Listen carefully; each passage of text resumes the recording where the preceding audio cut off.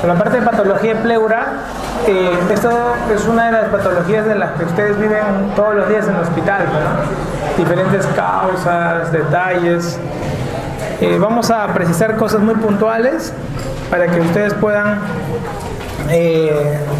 darle sentido, digamos, ¿no?, a cada actividad del día a día que ustedes hacen como médicos en el hospital, ¿no? Bien, primero hay que recordar que la pleura tiene una envoltura tanto del pulmón como dentro de la caja torácica, ¿no? La que envuelve el pulmón se llama pleura visceral y la que envuelve la caja torácica es la pleura parietal, ¿no? Van a ver que en la parte de abajo de esta pleura, la parte de las bases es más engrosada que la parte apical. Y van a recordar que la parte de la región axilar tiene la mayor presión negativa, haciendo de que cuando se llena el agua, un líquido, tiende la punta a jalarla y por eso que está a esta forma, que es la famosa curva de Damasó. ¿No es cierto? Muy bien. La pleura visceral y la pleura parietal tienen características que hay que recordar. Por ejemplo, la visceral no duele, la parietal sí duele. La visceral no tiene estomas, la parietal sí tiene estomas. Estomas son como pequeños poros que reabsorben el agua. Muy bien. Para entender el concepto, entonces tengo que saber cuánto de agua normalmente tengo, ¿no? Normalmente nuestra concentración es de 0.2 cc por kilo, la cantidad de líquido pleural. Y de este líquido, acuérdate que el 15% son proteínas, ¿no? 15% son proteínas, por lo tanto, imagínate que cuando se inflama y sospechas de un cuadro inflamatorio importante, más del 50% puede llegar a ser proteínas. Ahí estaremos en los cuadros exudativos cuando hagamos la comparación. Entonces, ¿cuál es la fisiopatología del derrame pleural? ¿Por qué se da esta cantidad de creación? A ver, la primera es porque puede haber un aumento de la permeabilidad. Y el aumento de la permeabilidad se da justo en muchas infecciones. La segunda causa es porque podemos tener un aumento de la presión hidrostática. Y el aumento de la presión hidrostática se puede dar en la insuficiencia cardíaca, por ejemplo. La tercera es porque puede haber una disminución de la presión intrapleural. Y eso se puede dar en los cuadros de atelectasia. La cuarta es porque nosotros podemos tener una disminución de la presión oncótica. Y al disminuir la presión oncótica, eso se ve en ¿dónde? En el síndrome nefrótico. Vamos a tener cuadros de derrame. El quinto es porque podemos tener lesiones del conducto torácico. Eso se ve en el famoso quilotórax. Y el sexto, podemos tener por lo mismo paso transdiafragmático, o sea, por el paso transdiafragmático. Y eso lo vamos a ver, por ejemplo, en los posoperados de abdomen que hacen derrame pleural y le colocan tubo después de operar el abdomen. ¿Sí? Muy bien. Al final, todos estos mecanismos fisiopatológicos van a repercutir en la cantidad. Si tú ves una placa de tórax de lateral, se ve así. Tú puedes tener, primero se bloquea el costo diafragmático posterior. Y tú le tomas la placa frontal al pata y ves esto, mira. Así lo ves. Doctor, aparentemente no hay derrame en este tórax derecho. Y mira, y en la parte posterior sí está. Cuando se bloquean los dos, ahí sí se comienza a mirar que hay un derrame. Cada ángulo, más o menos, cada ángulo, tanto anterior o posterior, cada ángulo más o menos te equivale a 75 mililitros. Cada ángulo. Entonces, para que tú lo veas en una placa frontal, más o menos 150 más o menos de agua hay ahí. ¿Ok? Para que tú lo tapes, toda la parte de la cúpula diafragmática, toda la parte de la cúpula para que lo tapes, aproximadamente, acá hay más o menos 250 cc's. Y por cada espacio intercostal por cada espacio intercostal que aumenta, tú vas a calcular aproximadamente 200 cc. Y a partir de 600 a 800 se va formando la famosa curva. Con 600, 800 ya se va formando la famosa curva. La curva de Damasó se da por la alta presión negativa en la región axilar. Pero si tuviéramos un paciente que tenga una falla en el pulmón, que se escape el aire o que entre el aire por X motivo iatrogénico, de repente hemos punzado el pulmón mal, vamos a perder la curva. Porque la curva se pierde y se queda así todo recto cuando hay presencia de aire. Y eso se llama hidroneumotórax. El hidroneumotórax es cuando hay aire con agua dentro del pulmón. Y es una causa frecuente de verlo en la tuberculosis. Cuando vemos a un paciente que llega a la emergencia con hidroneumotórax, una de las cosas que primeramente podemos pensar es que se trata de un paciente con tuberculosis que está llegando a la emergencia.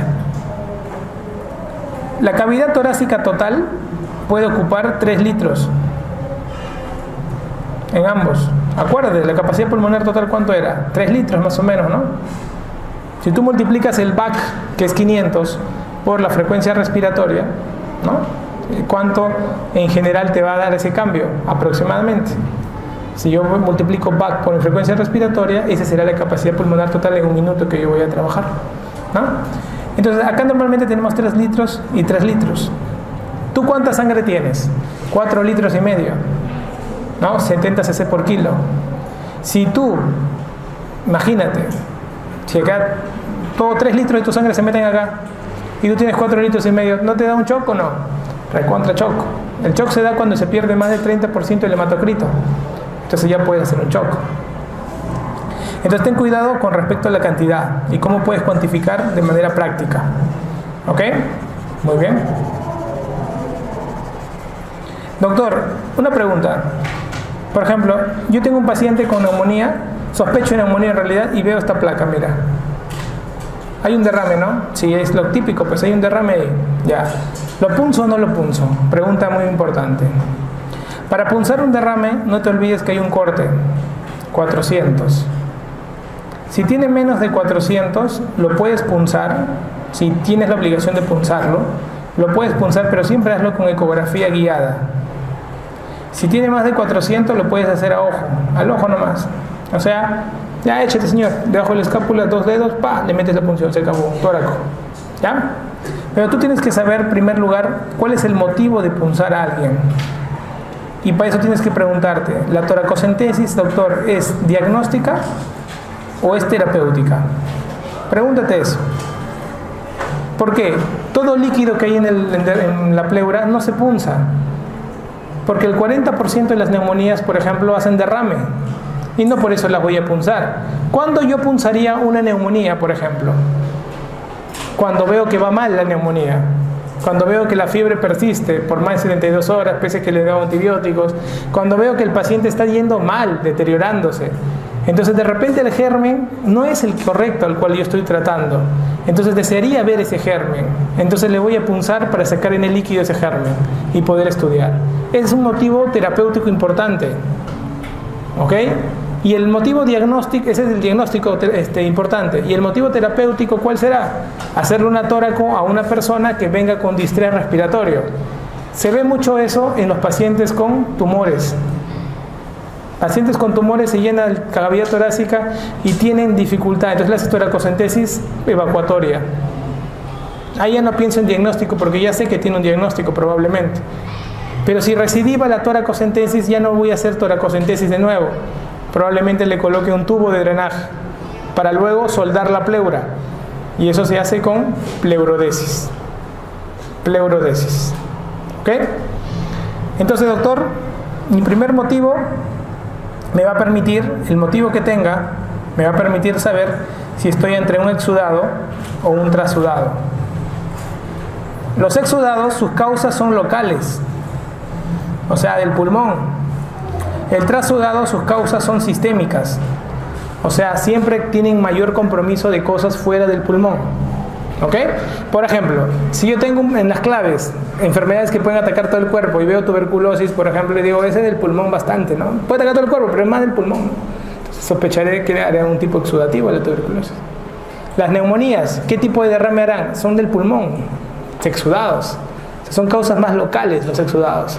En cambio, los trasudados son más sistémicos. Por eso que los trasudados, al ser sistémicos, van por los dos pulmones, pues son bilaterales. En cambio, el exudado es más unilateral porque va del lado de dañado. ¿Sí? Semiológicamente nomás tú puedes saber. Porque yo te puedo poner acá y así puede ser la pregunta del examen, ¿ah? Yo te pongo esta placa y te digo, ¿qué es? ¿Exudado o trasudado? Al ojo. Claro, pero tú dices, no, es un exudado seguro. Oye, ¿cómo sabes? Probablemente aciertes. Te hacen la tórax, otro exudado, sí, porque son más locales, más unilaterales. ¿Sí? Y el trasudado es más bilateral. ¿Cuál es la causa más frecuente de derrame en general? ¿La? Falla cardíaca, insuficiencia cardíaca. La insuficiencia cardíaca es la causa más frecuente de derrame bilateral global y es la causa dentro de los trasudados la más frecuente también, ¿no? Y en exudado la causa más frecuente es derrame paraneumónico, ¿no? Con una neumonía que haga derrame, ¿no? Local, ¿no? Muy bien. Para poder saber si es exudado o trasudado, o sea, ya se supone que yo he evaluado mi tema diagnóstico, ¿no? Yo ya he hecho la parte A del diagnóstico. ¿Cuál es la parte A? La clínica, ¿no? Ya he estudiado la parte clínica del derrame. O sea, he visto que mi paciente tiene matidez, tiene silencio, ¿no? No pasa murmullo vesicular, puede haber egofonía, ¿sí? Entonces la clásica, ¿no? Que hablamos en los cuadros clínicos. Y la parte B es estudiar, pues, ¿no? El líquido. Quiero saber el líquido, doctor, porque ¿cuál es tu causa? ¿Por qué estudiar? Déjalo el líquido. No, doctor.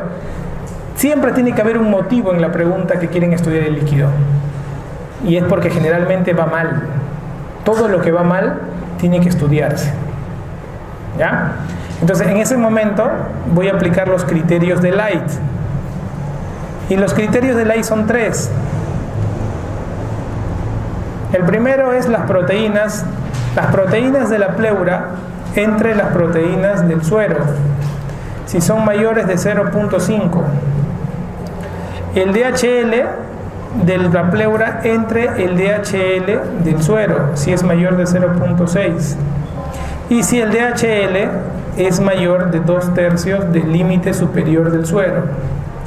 ¿Ok? El DHL pleural mayor de 2/3 del límite superior del suero.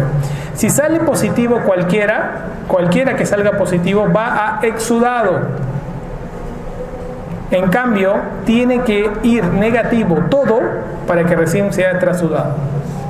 Cualquier positivo, exudado. Todo es negativo, trasudado. Te preguntan muchos criterios de Light, te van a poner para que hagas fórmulas, te van a poner proteína del suero y proteína de la pleura para que tú dividas.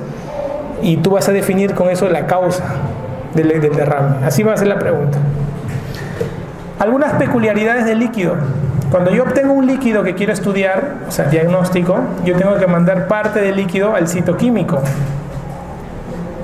¿no? Tú lo mandas para ver células, si son hematíes, leucocitos, linfocitos o neutrófilos, ¿no? Típico, ¿no? Para más o menos orientarme, doctor, ¿no? Cuadros crónicos linfocitarios, cuadros agudos más polimorfo, ¿no? La parte química llama la atención en la parte glucosa. La glucosa se baja cuando hay cualquier infección. Como se dice, el bicho come la glucosa, para que te acuerdes, ¿no? Baja la glucosa. Hay algunos cuadros reumatológicos que la glucosa baja. Por ejemplo, uno de los más severos es la artritis reumatoide, que tira la glucosa en el piso. ¿Qué pasa con el pH? El pH normalmente en un laboratorio común no dosa pH de líquido pleural, no dosa. Pero teóricamente, o sea, en la vida real, nosotros dosamos, cuando sospechamos de empiema, dosamos, y está estudiado, el lactato deshidrogenasa y los polimorfos más que todo, nos guían a nosotros para ver si es empiema o no. Pero teóricamente, ¿no? Del libro, el empiema es cuando el pH es menor de 7.2. Si yo tengo un paciente con pH menor de 7.2, yo digo que esto es empiema. ¿Y qué pasa con el empiema, muchachos? Se tiene que drenar, ¿no? ¿Por qué? Porque se fibrosa el espacio. El empiema tiene 3 fases. La parte exudativa, ¿sí? Exudativa. La parte organizacional y la parte del fibrotórax, o sea, la parte fibrinosa. Esto más o menos dura 7 días, la exudativa dura 7 días, la organizacional dura 7 días y del día 14 para adelante es el fibrotórax. Entonces, hasta el día 14, después de un empiema, yo puedo colocar el tubo de drenaje. Mientras más me demoro en colocar, más fibrina se hace y más difícil que drene, y queda atrapado el pulmón. Después del día 14, ya bien yuca que haga un drenaje con tubo. Acá lo voy a someter a cirugía, le voy a hacer decorticación pleural. Hago una toracotomía y pelo la pleura porque está atrapado ese pulmón. ¿Ok? Chicos, acuérdense de empiema. Ya, acuérdense cómo se maneja el empiema. Les van a preguntar mucho empiema. Y acuérdate, doctor, en la vida real nosotros nos basamos en el DHL. Generalmente más de 1000 el DHL. ¿Ok? Más de 1000. Y los polimorfonucleares están sumamente elevados. ¿Ok? El ADA, dentro de otro frasquito, aparte del citoquímico, mandamos un frasquito aparte para el ADA.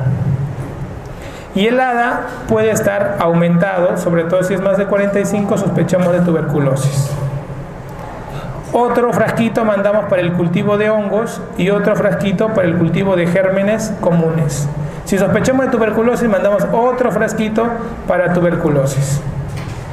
Con esos 5 frasquitos básicos en Perú tú te ubicas rápido. ¿Ok? Tú te ubicas rápido. Muy bien. ¿Cómo voy a hacer el tratamiento? Básicamente de acuerdo a lo que yo pueda encontrar. Si yo tengo un exudado, básicamente, ¿qué voy a hacer, doctor? Voy a de acuerdo al bicho que salga, le daré su antibiótico. Y si yo veo que el exudado es importante y el paciente tiene una clínica, muchas veces, y eso es un dato muy importante para ustedes, yo diagnostico exudado, le doy antibiótico. Y si el antibiótico no está mejorando y está siendo más tóxico, tengo que drenar todo lo que pueda nomás. Pero eso es más terapéutico. ¿Ok? Normalmente con el derrame, si sale exudativo, yo veo y cuál es el objetivo. Obtener toda esta información. ¿Y cuál es la parte final del exudado? Dar el mejor antibiótico que se pueda. Y se reabsorbe todo el líquido. Se reabsorbe. ¿Ok? Y voy hablando clínicamente si el pata está mejorando o no. Si va empeorando y ha sido exudado, ¿qué es probable que se convierta? En empiema. Así que voy a tener que tener cuidado en diagnosticar bien el DHL. De repente es empiema y yo no me estoy dando cuenta y tenía que haber metido tubo en vez de estar drenando nada más. ¿Ya? Si es trasudado, trato la causa sistémica. La causa sistémica. No si es cardíaco, pues nos dedicaremos a la insuficiencia cardíaca, que tú ya sabes cómo manejar la insuficiencia cardíaca. ¿Ok? Entonces solito va a corregir. El paciente con insuficiencia cardíaca, que es la causa más frecuente de derrame, pregunta de examen: ¿se drena o no se drena el derrame? No, doctor, no se drena. Si tú mejoras la insuficiencia cardíaca, el derrame mejora. ¿En qué situación? Entonces la pregunta sería: ¿en qué situación sí dreno? Cuando hay condiciones. Cuando el derrame, por ejemplo, en una insuficiencia cardíaca es unilateral. Es unilateral. Otra, que el pata haga fiebre asociado a ese derrame unilateral. Eso es una mezcla frecuente de que tengo que punzar. O sea, no punzo para disminuir el agua, punzo para saber cuál es el bicho igualito. ¿Ves? Mecanismo. Y esto está que se sale del cuadro típico de un trasudado que es bilateral más que todo. ¿Ya? Entonces eso hay que tener en consideración para el estudio del agua propiamente dicho. No te olvides entonces de los exudados, causas más frecuentes: derrame paraneumónico, derrame maligno, derrames secundarios a otras enfermedades. Acá te he puesto ejemplo TEP. Con el derrame maligno no te olvides, derrame pleural maligno. No te olvides, cuando tú sacas el derrame pleural, este color no sale así amarillo citrino, ¿eh? Sale color cero sanguinolento. Muchos internos se asustan. Por ejemplo, cuando vamos ahí a hacer colocación de tubo, llaman, ¿no? Doctor, un paciente está con oxígeno, mire, está llenecito todo de agua el pulmón. Hay que hacerle drenaje, doctor. Antes de poner el tubo, siempre hacemos primero toracocentesis, ¿no? Si sale positivo, ponemos el tubo. Entonces el interno le digo: ¿has hecho tóraco? No, ya vas a hacer tóraco. Entonces el pata derrama todo, no hay pierde, pues. Todo está lleno de agua, o sea, no hay forma que falle, ¿no? Lo único que tiene que saber qué cosa es, que tiene que punzar encima de la costilla. Si punza debajo de la costilla, se tira el van, y te la venia arterial, ¿no? Digo, encima, ya doctor, a ver, oye, estás abajo. Ya disculpe doctor, vuelvo a meter encima. Entonces, en ese momento, imagínate que el interno sale rojito, ¿no? Estás punzando, tú sale rojo. Al toque comienza el miedo. ¿Qué ha hecho? ¿No? Doctor, mira, siempre lo hago en los cánceres para asustarlos, ¿no? A ver, jala. Porque yo le digo, si sale rojito, ya fuimos ya. No te preocupes, te voy a dar la oportunidad para que lo hagas porque seguro no te lo van a dejar. Sí, doctor, yo quería hacer, gracias a Dios. No te preocupes, vas a hacerlo. Muy bien, doctor. Sí, doctor, yo soy un buen alumno, doctor. Todo comienza a hablar, ¿no? Comienza a florear. Y hace su tóraco y sale rojo. Y yo me vuelvo loco, ¿no? Digo, sí, lo más importante es que mirando a otro lado, ¿no? Porque yo sé que él está, y él vuelve a meter todavía. Y lo más importante es que nunca salga rojo, porque si sale rojo quiere decir que has hecho un mal procedimiento, pone en riesgo el futuro de mi carrera, pone en riesgo tu carrera, una iatrogenia, nos pueden denunciar a los dos. Pues, no, pero gracias a Dios, tú eres un buen alumno, eres un buen muchacho. Sí. Comienza, ¿no? Siento, pues, ¿no? Siento la agitación, siento ahí, ¿no? Comienza a sudar un montón, ¿no? Doctor, ¿qué pasa? Ya va apagándose la voz, ¿no? Doctor, hermano, ¿qué pasa? No, es que está rojo. ¿Cómo que está rojo? Mire, doctor, está bien, creo que le he dado a la arteria. Ya, vamos a hacer una pruebita. Saca el tubito. Acá está, doctor, está rojo. Ya, déjalo ahí 10 minutos. En 10 minutos lo mueves. Pasa 10 minutos y lo mueve. Y sigue líquido. Doctor, sigue líquido. Ya, tranquilo, eso nunca te vas a olvidar. Cuando sigue líquido, quiere decir que este es el líquido cero sanguinolento del cáncer. Pero si en cambio pasaba los 10 minutos y se hacía como gelatina, se ponía todo duro, quiere decir que eso es traumático. Y por eso que hay factores de coagulación y se ha coagulado. Entonces esto es un trauma. Y ante la duda incluso le puedes dosar hematocrito. Si el líquido pleural hematocrito sale más del 50%, el hematocrito, eso es típico de un hemotórax. Típico de un hemotórax. Y eso hay que tomar en consideración. ¿Ok? Muy bien. La insuficiencia cardíaca, no te olvides que es la causa más frecuente de derrame, así que eso tiene que estar por encima de todo. No te equivoques de ello. Hay otras causas de trasudados que también las tenemos acá, para tomarlo en cuenta. Muy bien, eso es agua. Ahora hablemos del aire. Para hablar del neumotórax, ¿qué hay que entender? Hay que entender el origen. A ver, el origen del neumotórax. El origen del neumotórax puede ser traumático o también puede ser espontáneo. Si es traumático puede ser iatrogénico o no iatrogénico. Y el espontáneo puede ser primario o secundario. Del iatrogénico, nosotros ¿qué vamos a hacer? Esto generalmente es CVC, pues la causa, ¿no? Colocar un catéter venoso central y luego de colocar el catéter comienza a hacer disnea, ¿no? Pregunta clásica, ¿no? Neumotórax traumático. El no iatrogénico generalmente está asociado a los accidentes, ¿no? Se cayó de la bicicleta, le atropelló el carro y viene luego con falta de aire. Placa, neumotórax. Y el espontáneo primario se asocia mucho a los pacientes que tienen desarrollo de bulas. Y estos pacientes típicos son pacientes en edad de crecimiento, que su tórax se está alargando, gente que está en la pubertad o acabando la pubertad, está en la adolescencia, y comienzan a estirarse y la parte de arriba del pulmón, la parte apical se debilita en el estiramiento del tórax y puede desarrollar neumotórax por rotura de las bulas. Causas secundarias espontáneas generalmente es porque el pata de fondo tiene una enfermedad. Por ejemplo, tiene POC y tose mucho y desarrolla luego una falta respiratoria, un problema respiratorio, y luego le mires la placa y ves que hay neumotórax. Entonces mira diferentes causas que pueden haber. De acuerdo al origen, entonces tenemos traumático y espontáneo. Muy bien. ¿Cómo vas a manejar?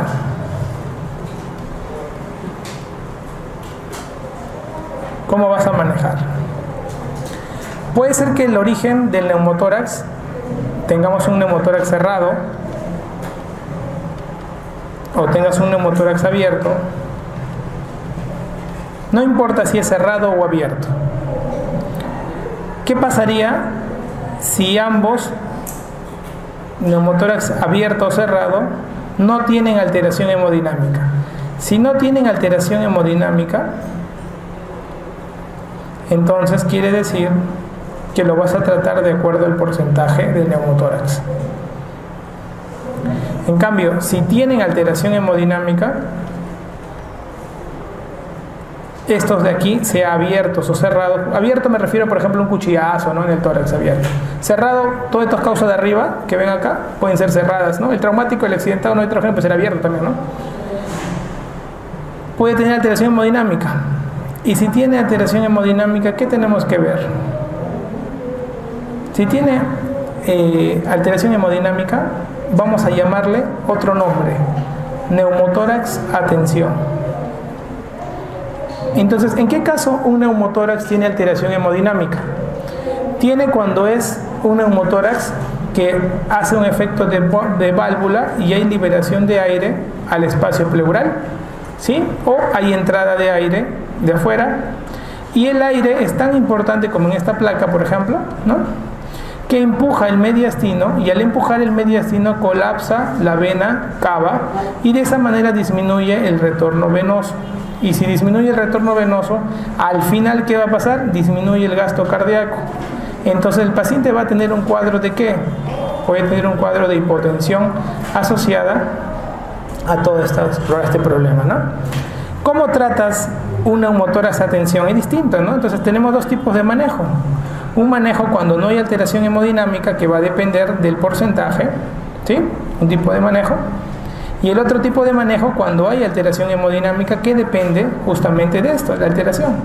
Y ese es un neumotórax atención. Acá, ¿qué vas a hacer primero en el neumotórax atención? Lo primero que se hace es quitarle la tensión. ¿Cómo le quitas la tensión? Le pones una aguja. Una aguja en el segundo espacio intercostal, línea medio clavicular. ¿Sí? Entonces, al ponerle la aguja, comienza el liberación de toda esa presión que estaba contenida. Luego que hagas eso, no se te ocurra quitar la aguja. Te quedas ahí hasta que coloquen el tubo de drenaje, ¿no? Antes de colocar el tubo ya le quitas la aguja, le colocan el tubo y se acabó. Entonces, después de la aguja te van a preguntar ¿cuál es la primera medida de un neumotórax de atención? La primera medida es colocación de aguja. ¿Cuál es la segunda medida? Colocación de tubo de drenaje torácico. ¿Ok? Eso es importante que tú recuerdes. ¿Y qué pasa, doctor, con aquellos que no tienen alteración hemodinámica? Los que no tienen alteración hemodinámica, ¿qué vamos a hacer? A ver, de acuerdo al porcentaje. Si el porcentaje es menor de 20%, vamos a observar y le vamos a poner oxígeno. Si el porcentaje es mayor del 30%, se le coloca tubo de drenaje torácico. ¿Ok? Tubo de drenaje torácico. Entonces, eso tienes que recordar. Doctor, y entre 20 y 30 depende de ti. La guía es bien clara, depende de ti. ¿En qué casos vamos a ofrecer cirugía? Cuando el paciente debuta bilateralmente, es mejor que se opere. Y la cirugía es toracoscópica y quitamos la parte de la bula o la parte del daño, la cerramos. Segundo, cuando recidiva un primer episodio, el pata le colocan tubo, le dan de alta después y vuelve de nuevo con el mismo pulmón con neumotórax, porque la recidiva es 40% en el primer año, entonces es muy alta. Y la tercera, cuando él tenga una profesión que se maneje con presiones, por ejemplo buzo, es buzo, o por ejemplo el pata es aeromoza, la chica, ¿no? O el pata hace ejercicio de alto deporte olímpico, por ejemplo, ¿no? Un deportista, un futbolista, o sea, gente que tenga que aumentar su presión, su capacidad pulmonar permanentemente, a ellos les vas a ofrecer cirugía, ¿ya? Entonces, chicos, a ustedes les van a preguntar harto de neumotórax, no se olviden. Acuérdense este esquemita bien práctico que les he puesto, con eso van a entender todo el manejo, no van a poder florearles nadie, ¿ya? Les he puesto solo este dibujo para que ustedes recuerden. Mira cómo es la foto de un neumotórax de atención, mira. Cómo el mediastino lo tira al otro lado, mira. El diafragma lo tira para abajo también. Interesante, ¿no? Y miren un neumotórax simple, que no hace interacción hemodinámica, y el mediastino está quieto, ¿no? Les pongo este dibujo solamente para que se acuerden, porque ustedes están en el internado, y justamente un interno la otra vez me manda una foto, un alumno, no voy a decir su nombre, y me dice, doctor, le han puesto un tubo al paciente, la enfermera me ha dicho que se está llenando el frasco, le he cambiado el frasco y a los 10 minutos el pata está que le falta el aire. Ah, sí, doctor, me están echando la culpa a todos acá, no me quieren dejar salir. ¿No? Como si fuera yo el dueño del hospital, y dice, ay, salve. Entonces, oye, mándame la foto. Me manda la foto. Y este dato es importante para ustedes que estén en el internado. El tubo tiene que ir en la parte que está enterrada en el agua. ¿Para qué? Para que ahí se escape y no entre aire. ¿Sí? Y luego hay un tubito chiquito acá y por ahí sale, pues, ¿no? Acá. Entonces, así es el juego del aire, esta es la presión, esta es una presión negativa, está encerrada. Entonces, ¿qué pasa? El interno había colocado el frasco acá, ¿ok? ¿Y qué ocurre cuando pone el frasco ahí? Prácticamente todo el aire que estaría aquí, adentro de esta, se mete y comenzó a hacer neumotórax el pata y empeoró, ¿no? Le faltaba el aire, estaba fregado el pata, estaba malazo, ¿no? Y el interno estaba nervioso, doctor, estoy que la friego, están llamando a la gente, un escándalo, ¿te imaginas, no? Que un pata tranquilo le cambia solo el frasco y ya, este pata toda la vida hace lo mismo, ya que lo que toca se malogra, toda su vida le decían al interno, y yo escuchaba, mire, escucha, doctor, he grabado en audio todavía el maldito extorsionador, estaba que los grababa a todos. Sí, mira cómo me maltratan, doctor, si soy bueno para nada. Hasta que todos, la jefa de enfermera, hasta que lo agarraba a patadas. Entonces, mira, compadre, cambia el frasco nomás, ponle el tubo acá. Y llamaban al de toras que nunca viene, ¿no? Entonces, cambió el tubo, lo puso. El paciente comenzó a mejorar. Pero eso siempre tiene que ser. Entonces, esta parte yo nunca la explicaba en clase, ¿no? Solo decía tubo de drenaje. Pero en la vida real, de eso se enfrentan, pues.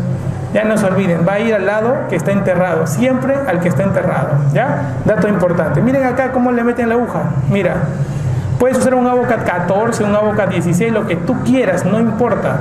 La cuestión es que entres y que salga el aire así, pss, y te quedas ahí. Mientras estás metiéndole la aguja y saliendo, vas a ver cómo la presión va aumentando y la frecuencia cardíaca va bajando. Así que ese dato tienes que tenerlo presente.